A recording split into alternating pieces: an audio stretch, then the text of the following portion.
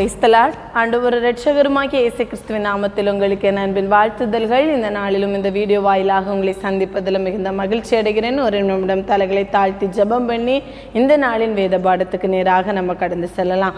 அன்புள்ள இயேசப்பா, இந்த நாளில் உம்முடைய பாதத்தில் கடந்து வந்து உம்முடைய வேதத்தின் மகத்துவங்களை கற்றுக்கொள்ள எங்களுக்கு கிருபை தந்தீரே. இதற்காக உமக்கு நன்றி செலுத்துகிறோம் ஆண்டவரே. அப்பா, இதை பார்க்கிற தம்முடைய மக்கள் ஒவ்வொருவரும் உம்முடைய கருத்தில் தருகிறோம் தகப்பனே. ஆண்டவரே அப்பா, இதை பார்க்கிற ஜனங்களுக்கு இது புரிந்து கொள்ளக்கூடிய ஞானத்தை கட்டளையிடும்படியாய் ஜெபிக்கிற ஆண்டவரே. அடியாளை மறைத்து நீங்க வெளிப்படுங்க. உம்முடைய நாமம் மாத்திரம் மகிமைப்படட்டும். மீட்பர் இயேசு கிறிஸ்துவின் நாமத்தில் ஜெபங்களும் நல்ல பிதாவே, ஆமென் ஆமென். போன வாரத்திலும் நம்ம எரேமியா தீர்க்கதரிசன புத்தகத்தின் 13ஆம் அதிகாரம் வரை ஒரு 4 செய்திகளாக நம்ம 14 செய்திகளாக பிரித்து படித்து கொண்டு இருக்கிறோம். அதில் 4 செய்திகளை பார்த்தோம். இப்போ இனி 5வது செய்தி 5th மெசேஜுக்கு நேராக கடந்து வரும்போது அது 14ஆம் அதிகாரம் 1வது வசனத்திலிருந்து 17ஆம் அதிகாரம் 18வது வசனம் வரைக்கும் குறிப்பிடப்பட்டிருக்கிறதை பார்க்க முடியும். அதில் என்ன சொல்லப்பட்டிருக்குது அப்படின்னு நம்ம பார்த்தோம்னா, அதாவது ஒரு வறட்சியை குறித்தும் அந்த வறட்சியில் ஜனங்கள் ஆண்டவரிடம் எப்படி முறையிட்டாங்க, அந்த முறையிடுதலுக்கு ஆண்டவர் என்ன செய்கிறார், ஜனங்களுடைய முறையீடுகளை நிராகரிக்கிற ஒரு செய்தியை தான் நம்ம என்ன செய்கிறோம், இந்த 14ஆம் அதிகாரத்திலிருந்து 17ஆம் அதிகாரம் 18வது வசனம் வரைக்கும் நம்ம பார்க்குறோம். ஒரு வறட்சியை குறித்து ஆண்டவர் சொல்லுகிறார். அதற்காக ஆண்டவருடைய சமூகத்தில் ஜனங்கள் போய் முறையிடுறாங்க. முறையிடும் போது ஆண்டவர் அவர்களுடைய முறையீட்டை நிராகரிக்கிற செய்தியை குறித்து நம்ம இந்த காரியங்கள் இந்த பகுதியில் நம்ம பார்க்க முடியும். 14ஆம் அதிகாரத்தில் என்னது, மழை தாழ்ச்சியை குறித்து எரேமியாவுக்கு உண்டான கர்த்தருடைய வசனம் என்று சொல்லப்பட்டிருக்கிறதே பார்க்குறோம். மழை தாழ்ச்சி அப்படின்னா என்னது, வறட்சி, மழை இல்லாத காலம். மழை இல்லைன்னா என்ன வந்துடும், பஞ்சம் வந்துடும். விவசாயம் செய்ய முடியாது. விவசாயம்தான் ஒரு நாட்டின் வாழ்வாதாரம். அது இல்லைன்னா என்ன வந்துடும், பஞ்சத்தை தான் பார்க்க முடியாது. இதுதான் 4வது வசனம் சொல்லுகிறது, தேசத்தின் மேல் மழை இல்லாததினால் தரை வெடித்திருக்கிறது, பயிர் செய்கிறவர்கள் வெட்கி தங்கள் தலையை மூடிக்கொள்ளுகிறார்கள் அப்படின்னு சொல்லிட்டு கீழே 6வது வசனத்தின் கீழ்ப்பகுதியில், அதாவது காட்டு கதில்கள் எல்லாம் புல் இல்லாததினால் அவைகளுடைய கண்கள் பூத்து போகிறது. இப்படிப்பட்ட சூழலை பார்க்குறோம். 1லிருந்து 7 வரை உள்ள வசனங்களில் எப்படிப்பட்ட வறட்சியை ஆண்டவர் அனுமதித்தாவோ, 1லிருந்து 6 வரை உள்ள வசனங்களில் எப்படிப்பட்ட வறட்சியை ஆண்டவர் அனுமதித்தார். அந்த தேசத்தின் சூழ்நிலை, ஆண்டவர் மழையை வர்ஷிக்க பண்ணாததினால் வறட்சிகள், பஞ்சம் எப்படி இருந்தது, தேசத்தில் வறட்சி எப்படி இருந்தது என்பதை 1லிருந்து 6 வரை உள்ள வசனங்களை சொல்லப்பட்டிருக்கிறதை நம்ம பார்க்க முடியும். 7வது வசனத்திலிருந்து 9வது வசனம் வரை ஜனங்கள் ஆண்டவருடைய சமூகத்தில் முறையிடுகிறாங்க.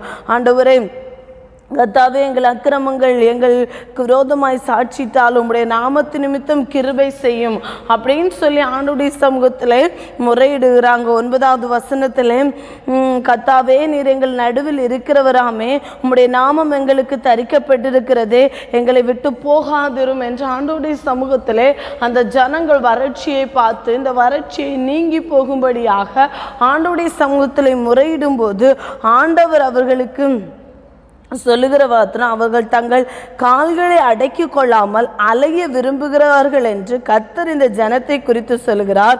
ஆகையால் கர்த்தர் அவர்கள் மேல் பிரியமாயிராமல் இப்பொழுது அவர்கள் அக்கிரமத்தை நினைத்து அவர்கள் பாவங்களை விசாரிப்பார். 10வது வசனத்திலிருந்து 18வது வசனம் வரை ஆண்டவர் அவருடைய ஜெபத்தை எப்படி நிராகரித்தார், ஆண்டவருடைய இருதயத்தின் வேதனை, அவர்கள் இப்பொழுது ஜெபித்தாலும் ஆண்டவர் அந்த ஜெபத்தை கேட்க மாட்டேன் என்று ஆண்டவர் ஜனங்களின் மென்றாட்டை நிராகரிக்கிற செய்தி தான் 10வது வசனத்திலிருந்து 18வது வசனம் வரை சொல்லப்பட்டிருக்கிறது பார்க்க முடியும். அதான் 11வது வசனத்திலே சொல்லுகிறார், கர்த்தர் என்னை நோக்கி, இந்த ஜனத்துக்கு நன்மை உண்டாக விண்ணப்பம் பண்ண வேண்டாம். ஏற்கனவே ஆண்டவர் 7ஆம் அதிகாரம் 16வது வசனத்திலே சொன்னார், நீ இந்த ஜனத்துக்காக விண்ணப்பம் பண்ண வேண்டாம் என்று எரேமியாவை பார்த்து சொன்னார். திரும்பவும் சொல்லுகிறார், நீ இந்த ஜனத்துக்கு நன்மை உண்டாகும்படியாக என்னிடத்துல நீ என்ன செய்ய வேண்டாம், விண்ணப்பம் பண்ண வேண்டாம் அப்படின்னு சொல்லி, அவர்கள் உபவாசித்தாலும் நான் அவர்கள் விண்ணப்பத்தை கேட்பதில்லை என்று ஆண்டவர் அதிலே 18வது வசனம் வரை சொல்லுகிறதை நம்ம பார்க்க முடியும். அதில் 13வது வசனத்திலே அப்போ எரேமியா ஆண்டவரை பார்த்து கேட்கிறார்.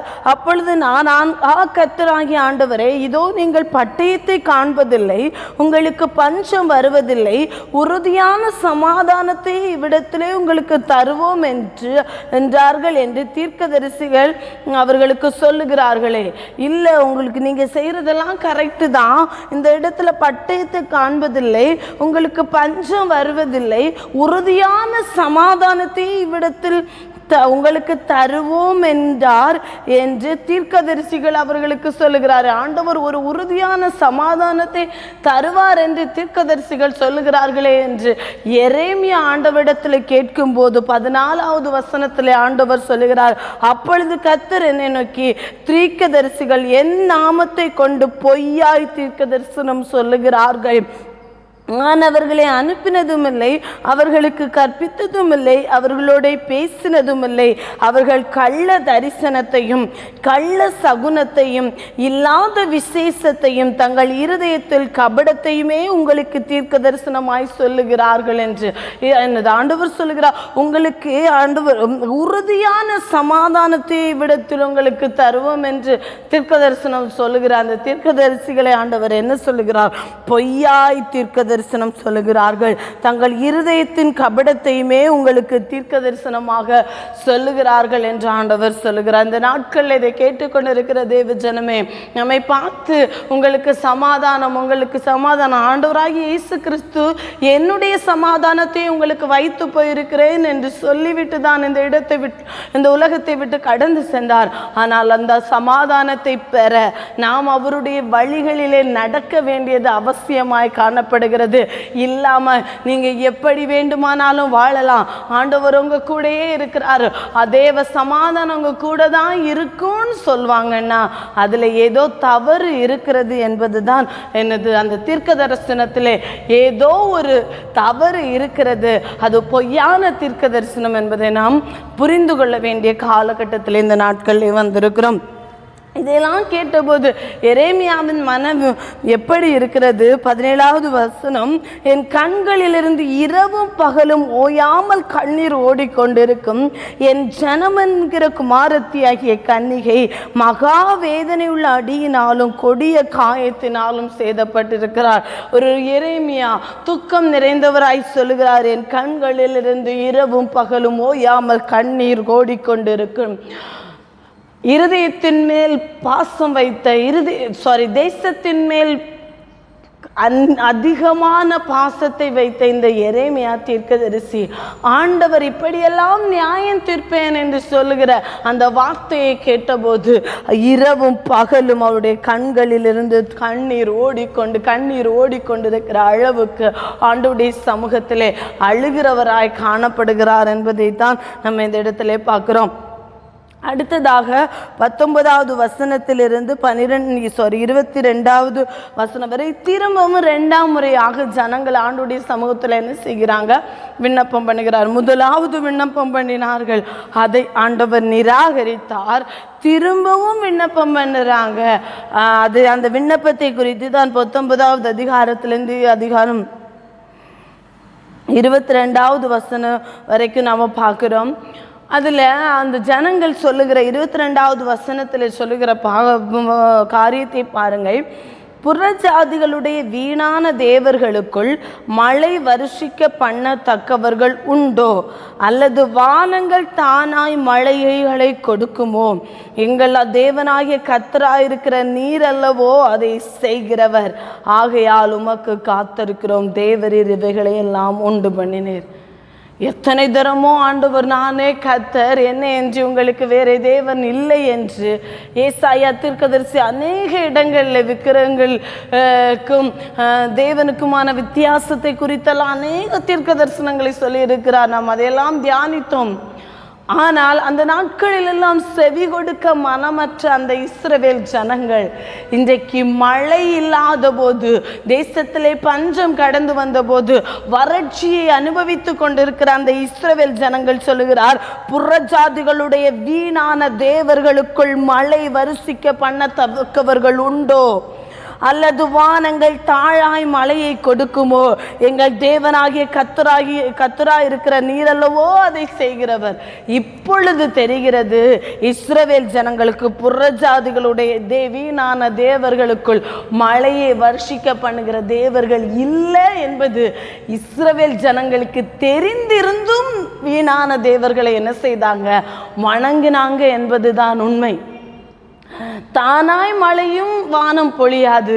ஆண்டவர் சொன்னால் மட்டும், அவர் கட்டளையிட தான் எல்லா காரியமும் நடக்கும் என்பதை இந்த இஸ்ரவேல் ஜனங்களுக்கு தெரிந்திருந்தும் என்ன செய்தாங்க? இஸ்ரவேல் ஜனங்கள் தங்கள் மனம் போன வாழ்க்கையில் புறஜாதிகளுடைய தெய்வங்களை வணங்கி கெட்டு போனார்கள். அது ஆனால் ஒரு கஷ்டம் வந்தபோது, வறட்சி வந்தபோது ஆண்டவருடைய சமூகத்திலே கடந்து வந்திருக்கிறார்கள். இந்த நாட்களில் நாமும் நம்முடைய தேவனை குறித்து, ஆண்டவராகிய இயேசுவை குறித்து நன்றாக நமக்கு தெரியும். எந்த சூழலிலும் நம்மை அவர் கைவிட மாட்டார். நமக்காக ஜீவனை கொடுத்து நம்முடைய பாவங்களுக்காக கடைசி துளி இரத்தம் வரை சிந்தின அந்த தேவனை குறித்து நன்றாகவே தெரியும். தெரிந்திருந்தும் அற்ப கால சந்தோஷத்துக்காக, ஒரு சின்ன ஒரு லாபத்துக்காக ஆண்டவரை விட்டு பின்வாங்கி போய் வேற்று வழிகளை தேர்ந்தெடுக்கிறோம் அல்லவா? ஆனால் கஷ்டம் வந்தபோது, வறட்சி வருகிற போது, இந்த இடத்துக்கே தான் நாமளும் இந்த நாட்களில் கடந்து வந்து கொண்டிருக்கிறோம். அதை தான் இந்த இடத்துல எரேமியா தீர்க்கதரிசி கொண்ட ஆண்டவர் சொல்லுகிறதை பார்க்கிறோம். என்னது, இந்த கஷ்ட நேரத்தில் அவங்க ஆண்டவருடைய சமூகத்தில் விண்ணப்பம் பண்ணுகிறார்கள். ஆனால் ஆண்டவருடைய பதில் என்ன என்பதை 15ஆம் அதிகாரம் 1-4 வரை உள்ள வசனங்களிலே பார்க்க முடியும். கர்த்தர் என்னை நோக்கி, மோசேயும் சாமுவேலும் என் முகத்துக்கு முன்பாக நின்றாலும் என் மனம் இந்த ஜனங்கள் பட்சமாய் சாராது. இவர்கள் என் முகத்தை விட்டு புறப்பட்டு போகும்படி இவர்களை துரத்தி விடு. ஆண்டவர் என்ன சொல்லுகிறார்? மோசேயும் சாமுவேலும் வந்து என் முகத்துக்கு முன்னால் நின்றா கூட நான் என்ன செய்ய மாட்டேன், இந்த ஜனத்துக்கு முன்பாக நான் சாய மாட்டேன், இவர்களை என் சமூகத்தை விட்டு துரத்தி விடு என்று அந்த அளவுக்கு இஸ்ரவேல் ஜனங்கள் ஆண்டவரை விட்டு வெகு தூரம் போனார்கள் என்பதை தான் இந்த இடத்துல ஆண்டவர் சொல்லுகிறதை நம்ம பார்க்க முடியும். 1-4 வரை உள்ள வசனங்களிலே திரும்பவும் ஆண்டவர் இஸ்ரவேல் ஜனங்களுக்கு முறையிடுகிறதை ஆண்டவர் நிராகரிக்கிற செய்தியை பார்க்க முடியும். அடுத்ததாக 5-21 வரை உள்ள வசனங்களை நாம் வாசித்து பார்த்தோம் என்றால், அதில் யூதாவிற்கான நியாய தீர்ப்பை குறித்தும் எரேமியா அதற்காக துக்கித்து அழுகிற செய்தியையும் நம்ம பார்க்க முடியும். 5வது வசனத்திலிருந்து 21வது வசனத்திலும் வரைக்கும் பார்க்க முடியும். 7வது வசனம் சொல்லுகிறது, தேசத்தின் வாசல்களில் அவர்களை தூற்றுக்கூடையால் தூற்றி போடுவேன். என் ஜனங்கள் தங்கள் வழிகளை விட்டு திரும்பாதபடியினால் நான் அவர்களை பிள்ளைகள் அற்றவர்கள் ஆக்கி அழிப்பேன் என்று ஆண்டவர் அந்த இடத்துல சொல்லுகிறதை நம்ம பார்க்க முடியும். 11வது வசனத்தில் சொல்லுகிறார், உன்னில் மீதியாக இருப்பவர்கள் நன்மை அடைவார்கள். தீங்கின் காலத்திலும் நெருக்கத்தின் காலத்திலும் உனக்காக நான் சத்துருவுக்கு எதிர்பட்டு உனக்கு சகாயம் செய்வேன் என்று மெய்யாகவே.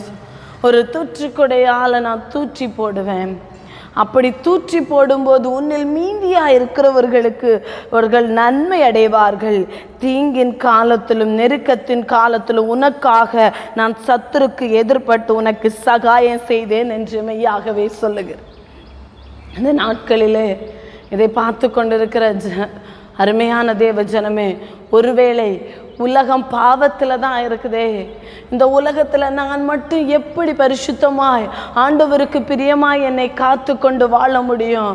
ஏன் நான் வாழணும், ஏன் இப்படி செய்யணும்னு சொல்லி ஒருவேளை கேள்விக்குறியோடு இருந்திருந்தீங்கன்னா, இந்த காலத்தில் ஆண்டவர் சொல்லுகிறார், தூற்றுக்கூடையை வைத்து ஆண்டவர் தூற்றி போடும்போது மீதியாக இருக்கிறது நாம் ஒருவராக இருந்தாலும் ஆண்டவர் உன்னில் மீதியாக இருப்பவர்கள் நன்மை அடைவார்கள். தீங்கின் காலத்திலும் நெருக்கத்தின் காலத்திலும் உனக்காக உன் சத்துருவுக்கு எதிர்பட்டு உனக்கு சகாயம் செய்வேன். தீங்கு வந்தாலும் சரி, நெருக்கம் வந்தாலும் சரி, அந்த நாட்களில் மீதியாக தூற்றுக்குடையிலை தூற்றி போடும்போது மீதியாக இருக்கிற நமக்கு ஆண்டவர் தீங்கின் காலத்திலும் நெருக்கத்தின் காலத்திலும் நம்முடைய சத்துருவுக்கு எதிர்பட்டு ஆண்டவர் நமக்கு சகாயம் செய்கிற தேவனாய் காணப்படுகிறார். அதனால கவலைப்பட வேண்டாம். உலகம் பொல்லாங்குக்குள்ளாக தான் கிடக்குது. அந்த பொல்லாங்குக்குள்ளாக நம்மை நாமே பரிசுத்தமாய் பாதுகாத்து கொண்டு ஆண்டவருக்காக ஓடுவோம் என்றால் இந்த பாக்கியத்தை நாம் பெற்றுக்கொள்வோம் என்பதை தான் இந்த இடத்துல சொல்லப்படுகிறது. நம்ம பார்க்க முடியும். இந்த யூதாவிற்கான நியாய தீர்ப்பெல்லாம் சொல்லும்போது எரேமியாவுக்கு ஆண்டவரை பார்த்து 15வது வசனத்தில் சொல்லுகிறார், கர்த்தாவே நீர் அதை அறிவீர்.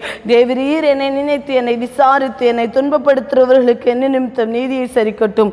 உம்முடைய நீதிய பொறுமை நிமித்தம் என்னை வாரிக்கொள்ளாதிரும். நான் உம்முடைய நிமித்தம் நிந்தையை சகிக்கிறேன் என்று அறியும் என்று ஆண்டவர் சொல்லுகிறதை பார்த்தபோது ஆண்டவர் சொல்கிறார், நான் உன்னை 21வது வசனத்திலே நான் உன்னை பொல்லாதவர்களின் கைக்கு தப்புவித்து உன்னை பலவந்தரின் கைக்கு நீங்களாக்கி விடுவிப்பேன் என்கிறார். இதை தான் ஆண்டவர் சொல்லுகிறார். ஒரு எரேமியா அத்தனை ஜனங்கள் பாவத்திற்கு அடிமையாக இருக்கும்போது ஒரே ஒரு எரேமியா ஆண்டவருக்காக நின்றார்.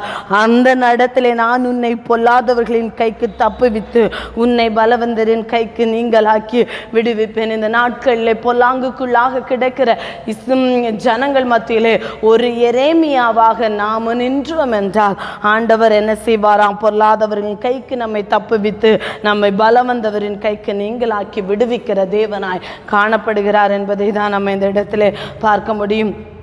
அடுத்ததாக 16ஆம் அதிகாரத்திலிருந்து 1வது வசனத்திலிருந்து 17ஆம் அதிகாரம் 18வது வசனம் வரை நம்ம வாசித்து பார்த்தோம்னா எரேமியாவுக்கு ஆண்டவர் சொல்லுகிற வார்த்தையை தான் நம்ம பார்க்க முடியும். ஆண்டவர் என்ன சொல்லுகிறார் என்றால், எரேமியாவை பார்த்து நீ திருமணம் செய்து கொள்ள வேண்டாம், திருமணம் செய்து கொள்ளாதே, நீ திருமணம் செய்து பிள்ளை பெறுவாயானால் அந்த குமாரர்களுடைய நிலைமை என்னவா இருக்கும், எப்படிப்பட்ட நியாய தீர்ப்பெல்லாம் இந்த தேசத்துக்கு வரும். அதனால் இந்த நாட்களிலே உனக்கு குமாரர்களோ மனைவிகளோ இருந்தால் அவர்களும் அந்த தீங்கை சகிக்க வேண்டியது இருக்குமே, அதனால் நீ திருமணம் செய்து கொள்ள வேண்டாம் என்று சொல்லி இஸ்ரவேல் ஜனங்களுக்கு, யூத ஜனங்களுக்கு எப்படிப்பட்ட நியாய தீர்ப்பு உண்டாகும் என்று ஆண்டவர் அந்த இடத்துல சொல்லுகிறதை பார்க்க முடியும். அது ஆண்டவர் 5வது வசனத்தில் சொல்லுறார், என் சமாதானத்தையும் கிருபையையும் இரக்கத்தையும் இந்த ஜனத்தை விட்டு எடுத்து போடுவேன். ஏற்கனவே ஆண்டவருடைய சமாதானத்தை அந்த ஜனத்துக்கு கொடுத்திருந்தார், ஆண்டவருடைய கிருபையை கொடுத்திருந்தார், ஆண்டவருடைய இரக்கத்தை கொடுத்திருந்தார். அதை எடுத்து போடுவேன் என்று ஆண்டவர் சொல்லுகிறார். நம்முடைய வாழ்க்கையில் ஆண்டவருடைய சமாதானமும் ஆண்டவருடைய கிருபையும் ஆண்டவருடைய இரக்கமும் இல்லாம போயிடுச்சுன்னா நம்மளால் இந்த உலகத்தில் நிலை நிற்கவே முடியாது. அதனால தான் ஆண்டவர் எரேமியாவை பார்த்து நீ திருமணம் செய்து கொள்ளாதே, அந்நாட்களில் நான் இதையெல்லாம் செய்வேன்னு சொல்லிட்டு ஆண்டவர் குறித்து சொல்லுகிறதை பார்க்க முடியும். 14வது வசனத்திலே சொல்லுகிறார், ஆதலால் இதோ நாட்கள் வரும், அப்பொழுது இஸ்ரவேல் புத்திரரை எகிப்து தேசத்திலிருந்து வரப்பண்ணின கர்த்தருடைய ஜீவனை கொண்டு இனிமேல் சத்தியம் பண்ணாமல் இஸ்ரவேல் புத்திரரை வட தேசத்திலும் நான் அவர்களை துரத்திவிட்ட எல்லா தேசங்களிலிருந்து வரம் பண்ணின கர்த்தருடைய ஜீவனை கொண்டு சத்தியம் பண்ணுவார்கள். இதுவரை நீங்க எப்படி சத்தியம் பண்ணிட்டு இருக்கீங்க? எகிப்து தேசத்திலிருந்து எங்களை விடுவித்த அந்த தேவன் பேர்ல நீங்க சத்தியம் பண்ணி கொண்டு இருக்கிறீங்க. இனிமேல் எப்படி சத்தியம் பண்ணுவீங்க? வட தேசத்துக்கு பாபிலோனுக்கு நீங்க சிறையா போவீங்க. அங்க 70 வருஷம் நீங்க அடிமைகளா இருப்பீங்க. 70 வருஷத்தின் முடிவில் நீங்க திரும்ப வருவீங்க. அப்ப எப்படி சத்தியம் பண்ணுவீங்க? வட தேசத்திலும் தாம் அவர்களை துரத்திவிட்ட எல்லா தேசத்திலும் வர பண்ணின கர்த்தருடைய நாமத்தை கொண்டுன்னு சொல்லி நீங்க சத்தியம் பண்ணுகிற ஒரு நாட்கள் வரும் என்று ஆண்டவர் சொல்லுகிறதை பார்க்க முடியும். அதாவது எகிப்திலிருந்து புறப்பட பண்ணின தேவனே என்று சொல்லி அவரை சொன்ன நாட்கள் போய் பாபிலோனின் அடிமைத்தனத்திலிருந்து எங்களை விடுவித்த தேவனே என்று சொல்லுகிற ஒரு நாட்கள் வரும் என்பதை தான் ஆண்டவர் இந்த இடத்துல சொல்லுகிறதை நம்ம பார்க்க முடியும்.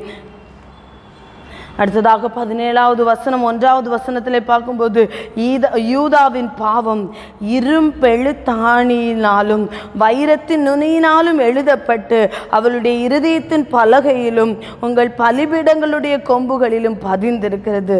அவ்வளோ பெரிய பாவத்தை யூதா என்ன செய்திருக்கிறது என்று ஆண்டவர் சொல்லுகிறதை பார்க்க முடியும்.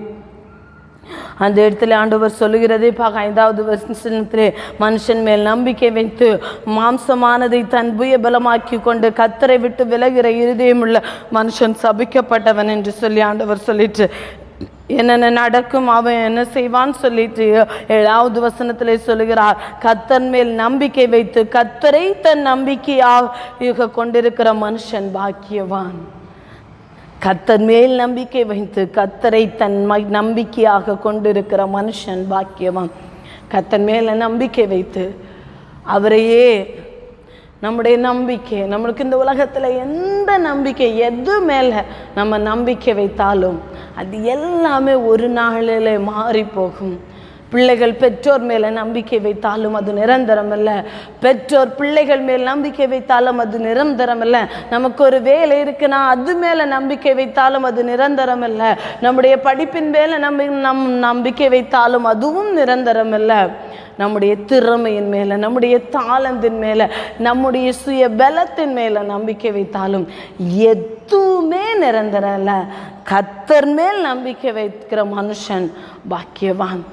எவ்வளவு பிளான் பண்ணி, எவ்வளவு நம்ம திட்டமிட்டு, எவ்வளவு காரியங்களை நான் இப்படி செஞ்சு இதெல்லாம் செஞ்சால் இப்படி ஆயிடும், எவ்வளவு நம்ம பிளான் பண்ணியிருந்தாலும், நமக்கென்று நாம் ஒரு அழகான வரைபடத்தை நாம் வரைந்து வைத்திருந்தாலும், ஆண்டவர் நமக்கென்று வரைந்து வைத்திருக்கிற வரைபடம் அது வித்தியாசமானது.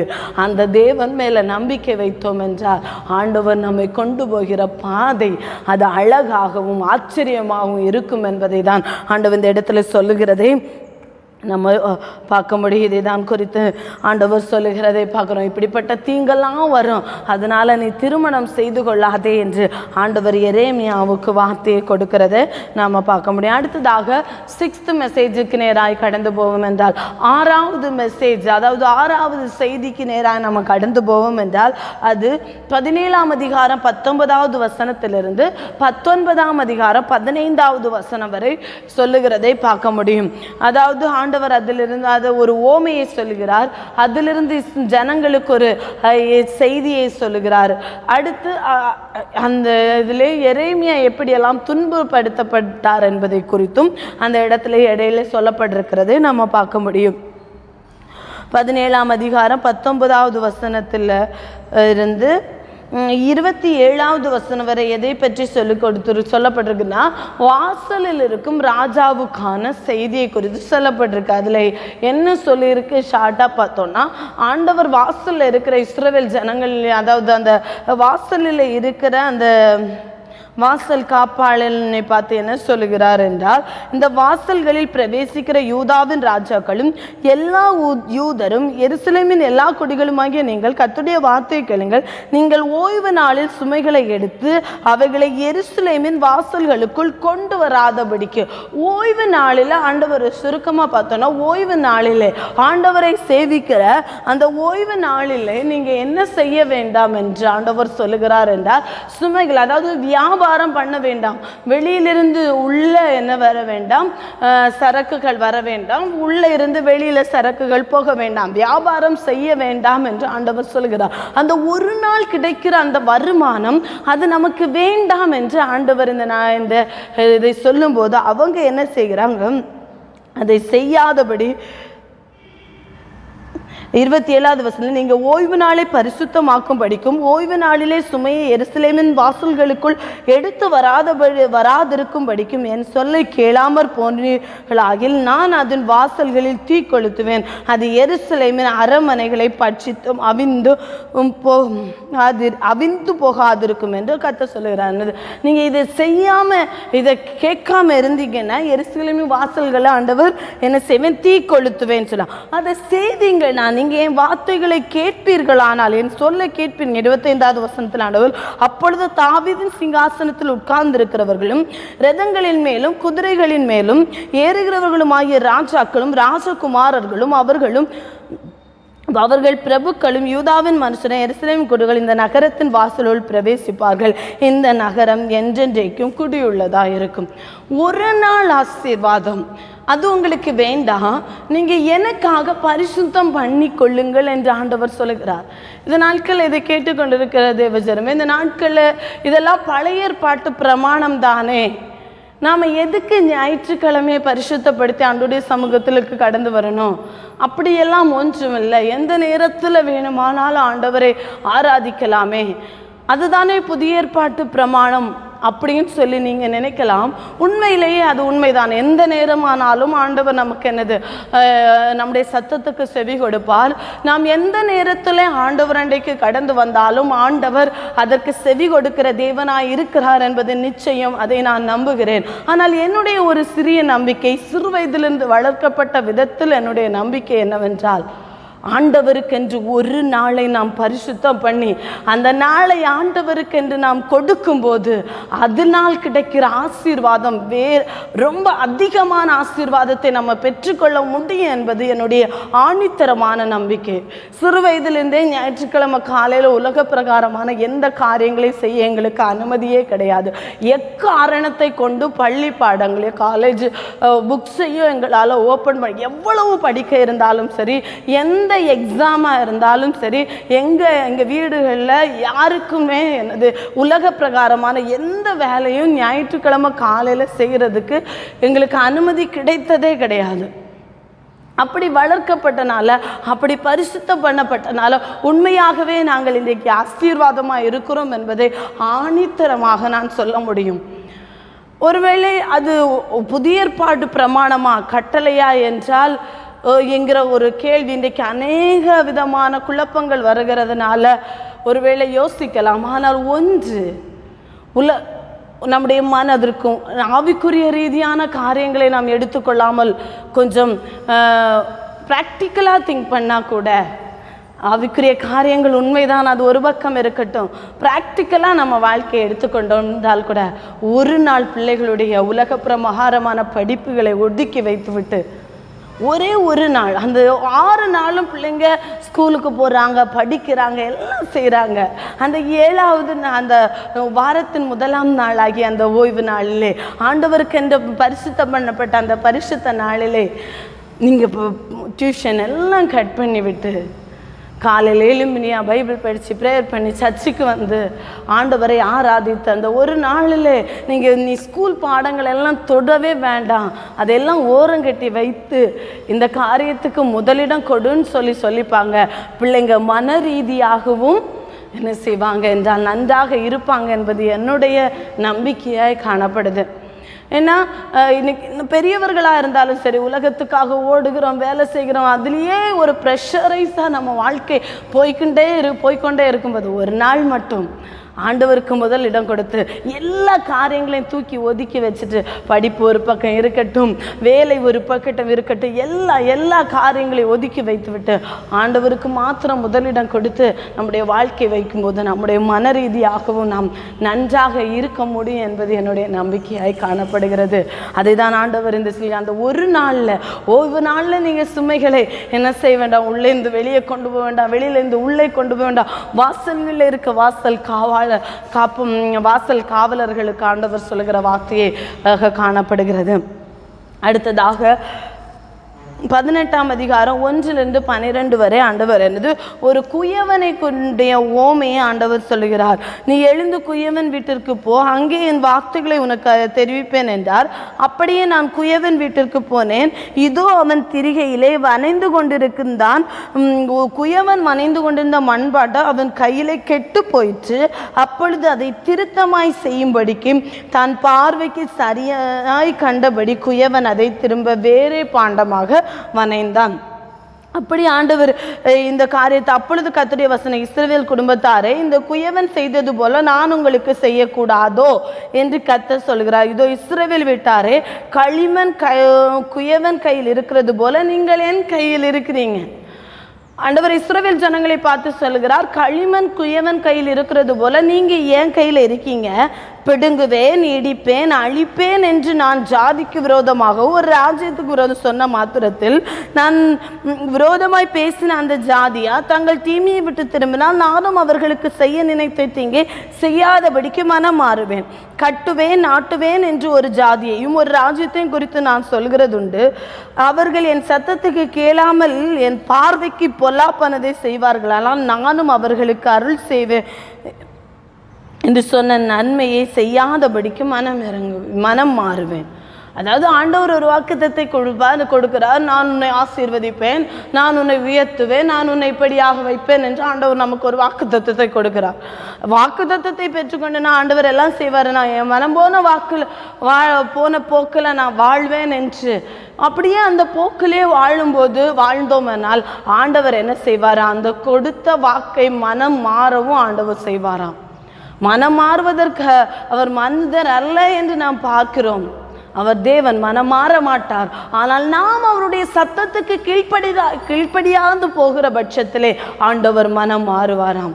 அதே நேரத்திலே ஆண்டவர் ஒரு எச்சரிப்பின் செய்தியை கொடுக்கிறார் நமக்கு. அந்த எச்சரிப்பின் செய்தியை பாவத்திலே வாழ்ந்து கொண்டிருக்கிற நம்மை பார்த்து, நீ இதை செய்கிறபடியினால நான் உன்னை இப்படி அழிப்பேன் ஆண்டவர் வார்த்தையை கொடுக்கிறார். அந்த வார்த்தையை கேட்டுக்கொண்டு உடனே மனம் மாறி ஆண்டோடைய சமூகத்திலே நாம் நொந்து அழுது ஆண்டோடைய சமூகத்திலே விண்ணப்பம் செய்வேன் என்றார் ஆண்டவர் அந்த எச்சரிப்பின் செய்தியை, அந்த அழிவையும் மாற்ற ஆண்டவர் வல்லமையுள்ள தேவனாய் காணப்படுகிறார். அதை தான் ஆண்டவர் இந்த ஒரு குயவன் கையிலே மண்பாட்டத்தை வைத்து ஆண்டவர் சொல்கிறார். அந்த மண்பாட்டம் முதலாவது அதோடைய பார்வைக்கு அவர் நினைத்தார், இப்படி வனைந்து இவ்வளவு அழகான ஒரு பாண்டமாய் இந்த மண்ணை நான் உருவாக்க வேண்டும் என்று. ஆனால் அது கை கடங்காதபடி அது என்னது கெட்டு போனபடினால வேற பாண்டமா ஆண்டவர் உருவாக்கி அந்த குயவன் வைத்ததை தான். அதே போலதான் நம்முடைய வாழ்க்கையில் நம்மை குறித்த ஆண்டவருடைய திட்டம் இப்படியாக இவளை உருவாக்கி இந்த இடத்திலே கொண்டு வந்து வைக்க வேண்டும் என்று ஆண்டவருடைய திட்டமாய் காணப்படும். ஆனால் நாம் அதை விட்டு என்ன செய்கிறோம்? அது ஆண்டவருடைய கைக்கு வளைந்து கொடுக்க முடியாதபடி, வளைந்து கொடுக்க முடியாதபடி காணப்படுவோம் என்றால் ஆண்டவர் வேறே பாத்திரமாகவும் நம்மை வணைய சித்தமுள்ளவராக இருப்பார் என்பதை தான் இந்த செய்திகளில் நாம் கண்டுகொள்ள முடியும். அடுத்ததாக 13-17 வரை பார்க்கும்போது, இயற்கைக்கு மாறான யூதாவின் பாவம். யூதா என்னது? அது அந்த 14வது வசனத்தில் சொல்லி, லீபனோனின் உறைந்த மழை வயல்வெளியின் கண்மலைந்து அற்று போகிறதுண்டோ, ஓடி வருகிற அந்நிய தேசத்து குளிர்ந்த தண்ணீர்கள் வடிந்து போகிறதுண்டோ, என் ஜனங்களோ என்னை மறந்து மாயான விக்கிரகங்களுக்கு தூபம் காட்டுகிறார்கள். செப்பனிடப்படாத பாதைகளிலும் வழியிலும் அவர்கள் நடக்கும்படி அவைகள் அவர்களை பூர்வ பாதைகளாகிய அவர்களுடைய வழிகள் இடரும்படி செய்கிறது. இப்படிப்பட்ட பாவத்தை, இதெல்லாம் நடக்கக்கூடாத காரியத்தை எல்லாம் அவங்களுடைய வழிகளையே என்ன செய்தாங்க? மாற்றி விட்டாங்க அப்படின்னு சொல்லி ஆண்டவர் அந்த இடத்துல சொல்லுகிறதை நம்ம பார்க்க முடியும். 18ஆம் அதிகாரம் 18 23 வரை உள்ள வசனங்களை நாம் வாசித்து பார்த்தோம்னா, எரேமியாவுக்கு விரோதமாக எனது சதி திட்டம் தீட்டி எரேமியாவை எதிர்க்கிற சம்பவத்தை நம்ம பார்க்க முடியும். எரேமியாவுக்கு விரோதமாய் ஆலோசனை செய்வோம், வாருங்கள், ஆசாரியர்களிடத்தில் வேதமும் ஞானிகளிடத்திலே ஆலோசனையும் தீர்க்கதரிசிகளிடத்திலே வசனமும் ஒளிந்து போவதில்லை. இவன் வார்த்தைகளை நாம் கவனியாமல் இவனை நாவினாலே வெட்டி போடுவோம், வாருங்கள். என்ன சொல்லுகிறாங்க? ஆசாரியர்களிடத்திலே வேதமும் ஞானிகளிடத்திலே ஆலோசனையும் தீர்க்கதரிசிகளிடத்திலே வசனமும் ஒளிந்து போவதில்லை. ஆண்டவர் ஏற்கனவே சொன்னார், இவர்களெல்லாம் பொய்யாய் சொல்லுகிறார்கள் என்று. ஆனால் ஜனங்கள் எதை நம்புகிறாங்க? இவங்களிடத்துல இருக்கிற வசனம் எல்லாம் இல்லைன்னா இவன் இதெல்லாம் பேசி கொண்டிருக்கிறான், இவன் வார்த்தைகளை நாம் கவனியாமல் இவனை நாவினாலே வெட்டி போடுவோம் என்கிறார். இந்த வசனத்தை வாசித்துப்பாங்க. பட்டயத்தால் வெட்டி போடுவோன்னு சொல்லலையா? நாவினாலே வெட்டி போடுவோம். பட்டயத்தால் வெட்டி போடுகிறதை விட கொடுமையான வலி நாவினாலே வெட்டி போடுகிறது. வார்த்தையில் நாம் கவனமாக இருக்க வேண்டும். யாரையும் நாவினாலே வெட்டி போடாதபடி நாம் ஜாக்கிரதையாக இருப்போம். அதே தான் ஜனங்கள் சதி திட்டம் தீட்டும்போது ஆண்டோடைய சமூகத்தில் எரேமியா விண்ணப்பம் பண்ணும்போது, ஆண்டவர் நான் கூட இருப்பேன்னு சொல்லி ஆண்டவர் சொல்லுகிறத நம்ம பார்க்க முடியும். அடுத்ததாக 19ஆம் அதிகாரம் 1-15 வரை 19ஆம் அதிகாரம் முழுவதும் நாம் வாசித்து பார்த்தோம் என்றால், ஒரு கலசத்தை கொண்டு ஆண்டவர் ஓமை சொல்லுகிறார். நீ போய் குயவன் வேலையான ஒரு கலசத்தை கொண்டு ஜனத்தின் மூப்பரிலும் ஆசாரிகளின் மூப்பரிலும் சிறையிலே கூட்டிக் கொண்டு என்ன சொல்லு, இதெல்லாம் நான் செய்வேன் அப்படின்னு சொல்லி சொன்னது. 10வது வசனத்தில் உன்னோட கூட வந்த மனுஷருக்கு கண்களுக்கு முன்பாக அந்த கலசத்தை என்ன செய்து உடைத்து போடுன்னு ஆண்டவர் சொல்கிறார். என்னென்ன செய்வேன், ஆண்டவருடைய நியாய தீர்ப்பு அந்த இடத்துல சொல்லப்பட்டிருக்கும். வாசித்து பார்க்க உங்களை அன்பாக கேட்கிறேன். ஆகையால் இதோ நாட்கள் வரும், அப்பொழுது இந்த ஸ்தலம் எனது தோப்பேத் என்றும் என்னோமுடைய குமாரன் பள்ளத்தாக்கும் என்று சொல்லப்படாமல் சங்கார பள்ளத்தாக்கு என்று சொல்லப்படும் சொல்லி அந்த இடத்துல நான் அநேக ஆண்டவர் நியாய தீர்ப்புகளை சொல்லியிருப்பார். அப்படி சொல்லிவிட்டு நீ உன்னோட கூட வந்த மனுஷனுடைய கண்களுக்கு முன்பாக அந்த கலசத்தை உடைத்து போடு, அவர்களை நோக்கி திரும்ப செப்பனிடப்படக்கூடாத குயவனுடைய மண்பாட்டத்தை உடைத்து போட்ட வண்ணமாக நான் இந்த ஜனத்தையும் இந்த நகரத்தை உடைத்து போடுவேன் சொல்லி ஆண்டவர் அந்த இடத்துல நியாய தீர்ப்பை குறித்து ஒரு கலசத்தை வைத்து ஓமையாக ஒரு நியாய தீர்ப்பை குறித்து சொல்லுகிறதை நம்ம பார்க்க முடியும். அடுத்ததாக 7வது மெசேஜாக 20ஆம் அதிகாரத்தை நாம் பார்க்கும்போது 20ஆம் அதிகாரம் மட்டும் 7வது மெசேஜாக சொல்லப்படுகிறது. அது என்னென்ன, எரேமியாவின் எதிர்ப்பை குறித்து, எரேமியாவின் உபத்திரவத்தை குறித்து சொல்லப்பட்டிருக்கிறது நம்ம பார்க்க முடியும். எரேமியாவே என்னது, கர்த்தருடைய ஆலயத்தில் இந்த காரியத்தை எல்லாம் சொல்லி இந்த இப்படிப்பட்ட நியாய தீர்ப்புகள் எல்லாம் வரும் சொல்லி எரேமியா சொன்னபோது என்ன சொல்லு, கர்த்தருடைய அதாவது ஆசாரியனான இம்மேருடைய குமாரனும் கர்த்தருடைய ஆலயத்தை பிரதான விசாரணை கர்த்தனுமாகிய பஸ்கூர் என்ன செய்கிறார், அவனை என்னது அடித்து எரேமியாவை அடித்து காவலறையில் போடு வைக்கிறதை பார்க்கும்போது மறுநாளிலே காவலறையிலிருந்து விடுவிக்கும் போது எரேமியா அவரை என்ன பஸ்கூர் என்று அழைக்காமல், கர்த்தர் உன்னை பஸ்கூர் என்று அழைக்காமல் மாகோர் மிஷா பீப் என்று அழைக்கிறார் என்று அந்த இடத்துல அவருக்கு மறுபேறு விட்டு அவருக்கு வருகிற பஸ்கூருக்கு வருகிற தீங்கை குறித்து அந்த இடத்துல சொல்லுகிறதை பார்க்க முடியும். அந்த இடத்துல எரேமியா வருத்தமாக சொல்லுகிறார்.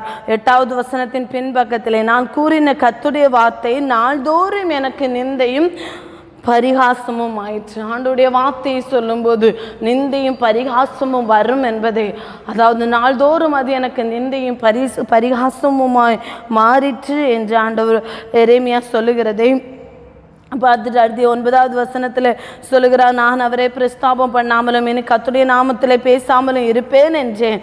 ஆனாலும் அவருடைய வார்த்தை என் எலும்புகளில் அடைபட்டு எரிகிற அக்னியை போல் என் இருதயத்தில் இருந்தது. அதை சகித்து இழைத்து போனேன், எனக்கு பொறுக்க கூடாமற் போயிற்று. அதாவது இப்படிப்பட்ட தீங்கையெல்லாம் வந்ததுனால நான் ரொம்ப கஷ்டப்பட்டு இனிமேல் ஆண்டோடைய வார்த்தையை பேசவே மாட்டேன்னு நினச்சேன். ஆனால் ஆண்டோடைய வார்த்தை எப்படி இருந்ததாம், என் எலும்புகளில் அடைபட்டு எரிகிற அக்னியை போல் என் இருதயத்தில் இருந்தது. அது சகித்து இழைத்து போனேன், எனக்கு பொறுக்க கூடாமற் போயிற்று என்று அந்த இடத்துல எரேமியா புலம்புகிற காரியத்தை குறித்து நம்ம பார்க்க முடியும். 14ஆம் அதிகாரத்தில், நான் பிறந்த நாள் சபிக்கப்பட்டு போவதாக, என் தாயார் என்னை பெற்ற நாள் ஆசீர்வதிக்கப்படாதிருப்பதாக சொல்லி எரேமியா ரொம்ப வருத்தத்தோடு புலம்பி சொல்லுகிற காரியங்களை குறித்து நம்ம பார்க்க முடியும். ஒரு எரேமியா ஆண்டவருக்காக நிற்கும்போது அவர் என்ன செய்கிறார் என்றால், அவர் அடிக்கப்படுகிறார், நொறுக்கப்படுகிறார். ஆண்டவருடைய வார்த்தையின் நிமித்தம், அவர் கூறின கர்த்தருடைய வார்த்தையின் நிமித்தம் நாள்தோறும் அவருக்கு துக்கமும் நாள்தோறும் அவருக்கு நிந்தையும் அவமானமும் வந்தது. ஆனாலும் அதை சகித்து கொண்டு அவருடைய கர்த்தருடைய வார்த்தை எலும்புகளில் அடைபட்டு கிடக்கிறபடினால, அது எரிகிற அக்கினியை போல அவருடைய இருதயத்தில் குமரி கொண்டு இருந்ததினால ஆண்டவருடைய வார்த்தையை பாடி வார்த்தையை சொல்லி எருசலேமுக்காக புலம்பல் பாடிக்கொண்டிருந்த அந்த எரேமியா தீர்க்கதரிசியை போல நாமும் இந்த நாட்களிலே ஒருவேளை ஆண்டவருடைய வார்த்தையை கேட்கும்போது ஆண்டவருக்காக நிற்க நம்ம துணியும் போது அநேக எதிர்ப்புகள், அநேக அவதூறுகள், அநேக அவமானங்கள், நிந்தைகளை நாம் சகிக்க வேண்டியதாக இருக்கும். ஆனாலும் கர்த்தருடைய கரம் நம்ம எந்த சூழ்நிலையிலும் விட்டு போவதில்லை என்றுதான் கர்த்தர் மேல் நம்பிக்கை வைத்து கர்த்தரையே தன் நம்பிக்கையாய் கொண்டிருக்கிற மனுஷன் பாக்கியவான். அவர் மேலே நம்பிக்கை வைத்து அவரை மட்டும் நம்பிக்கையாய் கொண்டு வாழ்வோம். கர்த்தர் நம்மை ஆசீர்வதிப்பாராக. ஒரு நிமிடம் தலைகளை தாழ்த்தி ஜெபிக்கலாம். அன்புள்ள இயேசப்பா, இந்த நாளில் உம்முடைய பாதத்தில் கடந்து வந்த ஆண்டவரே, உம்முடைய வேதத்தின் மகத்துவங்களை கற்றுக்கொள்ள எங்களுக்கு கிருபை தந்தீரே, அதற்காக உமக்கு நன்றி செலுத்துகிறோம் ஆண்டவரே.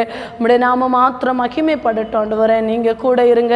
இதை பார்க்கிற ஒவ்வொருவருக்கும் ஆண்டவரே பிரயோஜனமாக அமைய உதவி செய்யுங்க. நீங்க மாத்திரம் மகிமைப்படுங்க, நீங்க மாத்திரம் மகிமைப்படுங்க. மீட்பர் இயேசு கிறிஸ்துவின் நாமத்தில் ஜெபங்களும் நல்ல பிதாவே, ஆமென். தேங்க்யூ.